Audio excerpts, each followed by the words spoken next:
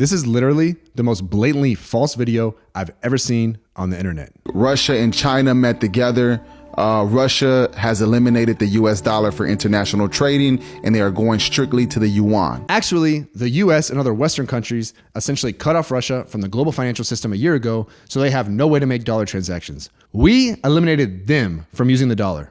Brazil also decided to ditch the US dollar for international trading and go strictly to the yuan. Wrong again. They're using the Yuan and Hei, and only for trade with China. They're still going to use the dollar for the other 3/4 of their international trade. These two countries are part of the BRICS nation. Wow.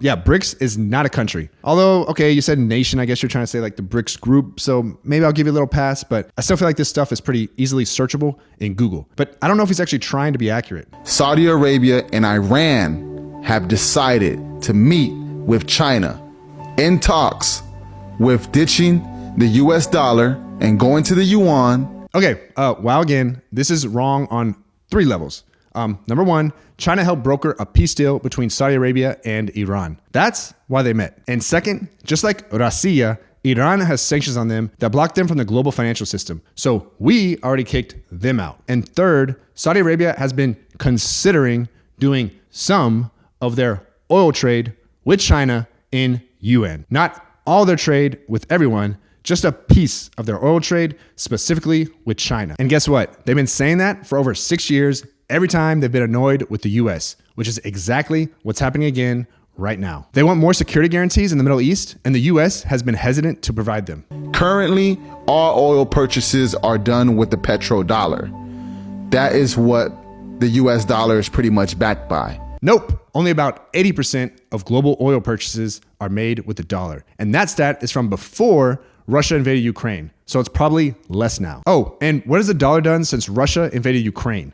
It's strengthened significantly. And the only reason it's given back some of those gains recently is because people think the US is going to lower interest rates a lot this year. And really? The dollar's backed by the oil trade? Not even close. Crude oil is only 0.045% of global trade. In all of 2021, the oil trade was $951 billion. That compares to about $7 trillion of transactions done in the US dollar every day.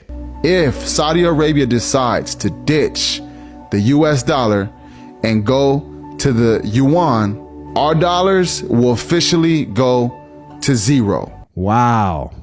Dude, a currency cannot go to zero. This is honestly one of the dumbest things I've ever heard anywhere from anyone on any topic. Why are you commenting on this when you have no idea what you're talking about? And even worse, how are people listening? At that gallon of milk that you thought was high at almost $10, think of now paying $40, $50 for a gallon of milk. You know, if $50 buys you a gallon of milk, then the dollar still has value, right? Obviously, this is completely unrealistic, but it's also a complete contradiction to what he just said about the dollar going to zero. Zero, just like The Big Short. Yes, sir. Zero. Our military budget, they increased it by 40%, and this budget states it's for the war against China. Blatantly wrong again. The budget hasn't been approved yet, and the proposed increase is 3.2%, which is less than inflation. The 40% increase is for a tiny piece of it called the Pacific Deterrence Initiative, and they cited strategic competition with China, not war. Minor detail. This is World War III. I think the writing is on the wall. I think that it's not a time of if this will happen, but more so of when this will happen. So for all of you Americans that have pensions and retirements and 401ks and you have US dollars, if this takes place or when this takes place, your dollars will officially go to zero and they will mean nothing. This is one of the main reasons I started this channel. This guy has absolutely no idea what he's talking about. Literally, every single thing he said in this video was wrong. Almost all of it is easily Googleable, but he didn't even try. And hundreds of thousands of people have had their minds poisoned by his ridiculous propaganda. I'm about as staunch of a free speech advocate as you'll ever find. But in a country where anyone can say anything, the burden is on us to decide who we should and who we shouldn't listen to. I know a lot of people don't have backgrounds in investing and don't understand how global trade works, so I'm here to help. I feel like it's part of my duty to the world to shed light on people who are trying to trick you or scare you. And this guy is a prime example. Please do not listen to him.